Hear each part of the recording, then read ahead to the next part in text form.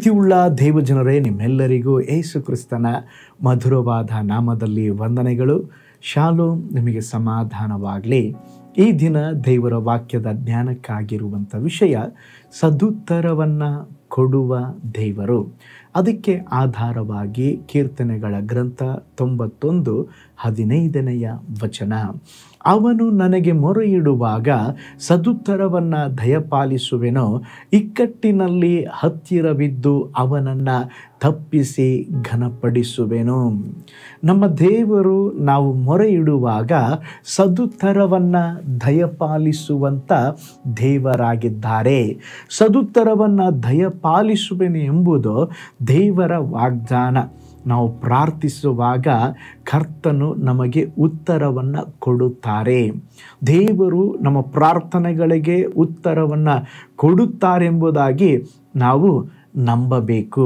ಒಂದು ನಡೆದಂಥ ಅದ್ಭುತ ಸಾಕ್ಷಿಯನ್ನು ನಿಮ್ಮೊಂದಿಗೆ ಹಂಚಿಕೊಳ್ಳುತ್ತೇನೆ. ಇಸ್ಲಾಂ ದೇಶಗಳಲ್ಲಿ ಸೇವೆ ಮಾಡಲು ಒಬ್ಬ ದೇವ ಸೇವಕರು ಹೋಗಿದ್ದರು. ಅವರು ಅರಬ್ಬಿ ದೇಶದಲ್ಲಿರುವಂಥ ಮುಸ್ಲಿಂ ಜನರನ್ನು ಸಂಧಿಸಿ ರಹಸ್ಯವಾಗಿ ಸುವಾರ್ತೆಯನ್ನು ಹೇಳುತ್ತಾ ಬರುತ್ತಿದ್ದರು. ಅವರಿಗೆ ಸಾಕಷ್ಟು ಫಲಗಳು ದೊರೆಯಲಿಲ್ಲ ರೀ. ಅನೇಕ ತಿಂಗಳು ಕಳೆದು ಹೋಯಿತು. ಆದಾಗ್ಯೂ ಅವರು ಮನಗುಂದಿ ಹೋಗಲಿಲ್ಲ. ಒಂದು ದಿನ ಸಂಜೆಯಲ್ಲಿ ಒಂಟಿಯಾಗಿ ಪ್ರಾರ್ಥನೆ ಮಾಡುತ್ತಾ ಮರುಭೂಮಿಯ ಹಾದಿಯಲ್ಲಿ ನಡೆದು ಹೋಗುತ್ತಿದ್ದಾಗ ಒಂದು ಅಚ್ಚರಿಯ ಸಂಭವ ಅವರಿಗೆ ನಡೆಯಿತು. ಅವರ ಹೃದಯವು ಕರ್ತನನ್ನು ನಿರೀಕ್ಷಿಸುತ್ತಾ ಅಪ್ಪ, ತಂದೆಯೇ ಎಂದು ಕರೆದಾಗ ತನಗರಿವಿಲ್ಲದಂತೆಯೇ ಅವರ ಬಾಯಿ ಮಗನೇ ಎಂದು ಮರುತ್ತರವನ್ನು ಕೇಳಿಸಿಕೊಂಡ್ರು.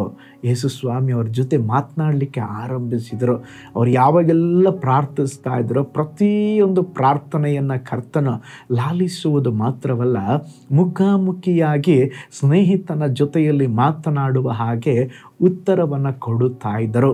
ಅವರು ಅನೇಕರಿಗಾಗಿ ಪ್ರಾರ್ಥಿಸುವಾಗ ಆ ಕುಟುಂಬದ ಸನ್ನಿವೇಶಗಳು, ಅವರು ಹೋಗುತ್ತಿರುವ ಸಮಸ್ಯೆಗಳು ಎಲ್ಲವನ್ನು ದೇವರು ತಿಳಿಸುತ್ತಾ ಇದ್ದರು.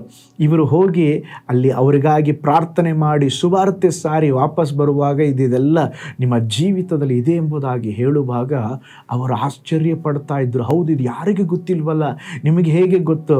ಇಲ್ಲ, ನಿಮಗಾಗಿ ನಾನು ಪ್ರಾರ್ಥನೆ ಮಾಡಿದೆ, ದೇವರು ನನಗೆ ತಿಳಿಪಡಿಸಿದರು ಎಂಬುದಾಗಿ ಹೇಳಿದಾಗ ಅದರ ಮುಖಾಂತರವಾಗಿ ಎಷ್ಟೋ ಜನರು ಯೇಸುವನ್ನು ಅಂಗೀಕರಿಸಿದರು. ಪ್ರತಿದಿನ ಅವರು 2 ಗಂಟೆಗಳ ಕಾಲವಾದರೂ ಕರ್ತನ ಸಮ್ಮುಖದಲ್ಲಿ ಕುಳಿತು ಪ್ರಾರ್ಥಿಸುತ್ತಾ ಇದ್ದರು. ಅದು ಮಾತ್ರವಲ್ಲ, ಸುವಾರ್ತೆಯನ್ನು ಸಾರುತ್ತಾ ಇದ್ದರು. ಅದರ ಮೂಲಕವಾಗಿ ಅವರ ಬಯಕೆ ಹಾಗೆ ಅನೇಕ ಸಹೋದರ ಸಹೋದರಿಯರು ಸ್ತೋತ್ರ ದೇವರನ್ನು ನಂಬಿದರು. ಪ್ರೀತಿಯುಳ್ಳ ದೇವಜನರೇ, ಪ್ರಾರ್ಥನೆಗೆ ಸದುತ್ತರವನ್ನು ದಯಪಾಲಿಸುವೆನೆಂಬುದು ದೇವರ ವಾಗ್ದಾನ. ನಿಶ್ಚಯವಾಗಿ ನಮ್ಮ ಪ್ರಾರ್ಥನೆಗಳಿಗೆ ದೇವರು ಉತ್ತರ ಕೊಡ್ತಾರೆ. ಆದರೆ ನಮ್ಮ ಸಮಸ್ಯೆ ಏನಂದರೆ, ಉತ್ತರ ಸಿಗುವವರೆಗೂ ನಾವು ಕಾದಿರುವುದಿಲ್ಲ. ನಾವು ಬಾಯಿ ಮಾತನಾಡಿ ಮುಗಿಸ್ಬಿಡ್ತೇವೆ, ದೇವರು ಮಾತನಾಡಲಿಕ್ಕೆ ಟೈಮೇ ಕೊಡೋದಿಲ್ಲ. ಪರಲೋಕದ ಬಾಗಿಲನ್ನು ತಡ್ತೇವೆ, ಕರ್ತನು ಬಂದು ತೆರೆಯುವ ಮೊದಲೇ ಅಲ್ಲಿಂದ ಓಡಿ ಹೋಗಿಬಿಟ್ಟಿರ್ತೇವೆ. ಅನೇಕರ ಪ್ರಾರ್ಥನೆಗಳು ಒಂಟಿ ದಾರಿಯ ಪ್ರಾರ್ಥನೆಗಳಾಗಿದೆ. ಅವರು ಮಾತ್ರ ಮಾತಾಡ್ಕೊಂಡಿರ್ತಾರೆ, ದೇವರಿಂದ ಕೇಳಿಸಿಕೊಳ್ಳುವುದಕ್ಕೆ ಸಿದ್ಧವಾಗಿರುವುದಿಲ್ಲ. ಆದರೆ ಯೆಶಾಯನು ಬರೆದ ಪ್ರವಾದನೆ ಗ್ರಂಥ 65:24 ವಚನದಲ್ಲಿ ನೋಡ್ತೇವೆ, ಅವರು ಬೇಡುವುದರೊಳಗೆ ಸದುತ್ತರವನ್ನು ದಯಪಾಲಿಸುವೆನು. ಯೆರೆಮೀಯನ ಗ್ರಂಥ 33:3 ವಚನ ಹೇಳ್ತದೆ, ನನ್ನನ್ನು ಕೇಳಿಕೊ, ನಾನು ನಿನಗೇನು ಮಾಡ್ತೇನೆ? ಸದುತ್ತರವನ್ನು ದಯಪಾಲಿಸಿ ನಿನಗೆ ತಿಳಿಯದ ಮಹತ್ತಾದ ಗೂಢಾರ್ಥಗಳನ್ನು ಗೋಚರಪಡಿಸುತ್ತೇನೆ. ಪ್ರೀತಿಯುಳ್ಳ ದೇವಜನರೇ, ಕರ್ತನ ಬಳಿ ಪ್ರಾರ್ಥಿಸುವಾಗ ಆತನ ಸನ್ನಿಧಾನದಲ್ಲಿ ಸ್ವಲ್ಪ ಹೊತ್ತು ಕಾದುಕೊಂಡು, ಕರ್ತನೆ, ನಿನ್ನ ದಾಸನು ನಿನ್ನ ದಾಸಿಯು ಕಾದಿದ್ದೇನೆ, ನಿನ್ನ ಮಗನು ಮಗಳು ಕಾದಿದ್ದೇನೆ, ನನ್ನೊಂದಿಗೆ ಮಾತನಾಡ್ರಿ ಎಂಬುದಾಗಿ ಹೇಳ್ರಿ. ನಿಶ್ಚಯವಾಗಿ ದೇವರು ನಿಮ್ಮ ಜೊತೆಯಲ್ಲೇ ಮಾತನಾಡ್ತಾರೆ. ಮೋಶೆಯೊಂದಿಗೆ ಮುಖಾಮುಖಿಯಾಗಿ ಮಾತನಾಡಿದ ದೇವರ ದಾನಿಯೇಲನಿಗೆ ದೇವದೂತನ ಮುಖಾಂತರವಾಗಿ ಉತ್ತರವನ್ನು ಕಳುಹಿಸಿದ ದೇವರು ನಿಮ್ಮ ಪ್ರಾರ್ಥನೆಗಳಿಗೆ ಸಹ ಸದುತ್ತರವನ್ನು ದಯಪಾಲಿಸಿ ದೇವರು ಅದ್ಭುತ ಮಾಡುತ್ತಾರೆ. ಸದುತ್ತರವನ್ನು ದಯಪಾಲಿಸುವ ದೇವರ ಬಳಿಯಲ್ಲಿ ನಾವು ಪ್ರಾರ್ಥಿಸುವವರಾಗಿರೋಣ. ಒಂದು ನಿಮಿಷ ನಮ್ಮ ಕಣ್ಗಳನ್ನು ಮುಚ್ಚೋಣ. ಕರ್ತನೇ, ನೀವು ನಮ್ಮ ಪ್ರಾರ್ಥನೆಯನ್ನು ಕೇಳುವುದು ಮಾತ್ರವಲ್ಲ, ಸದುತ್ತರವನ್ನು ಕೊಡುವ ದೇವರು, ನಮ್ಮ ಪ್ರಾರ್ಥನೆಯನ್ನು ಕೇಳಿ ಅದ್ಭುತ ಮಾಡುವ ದೇವರು.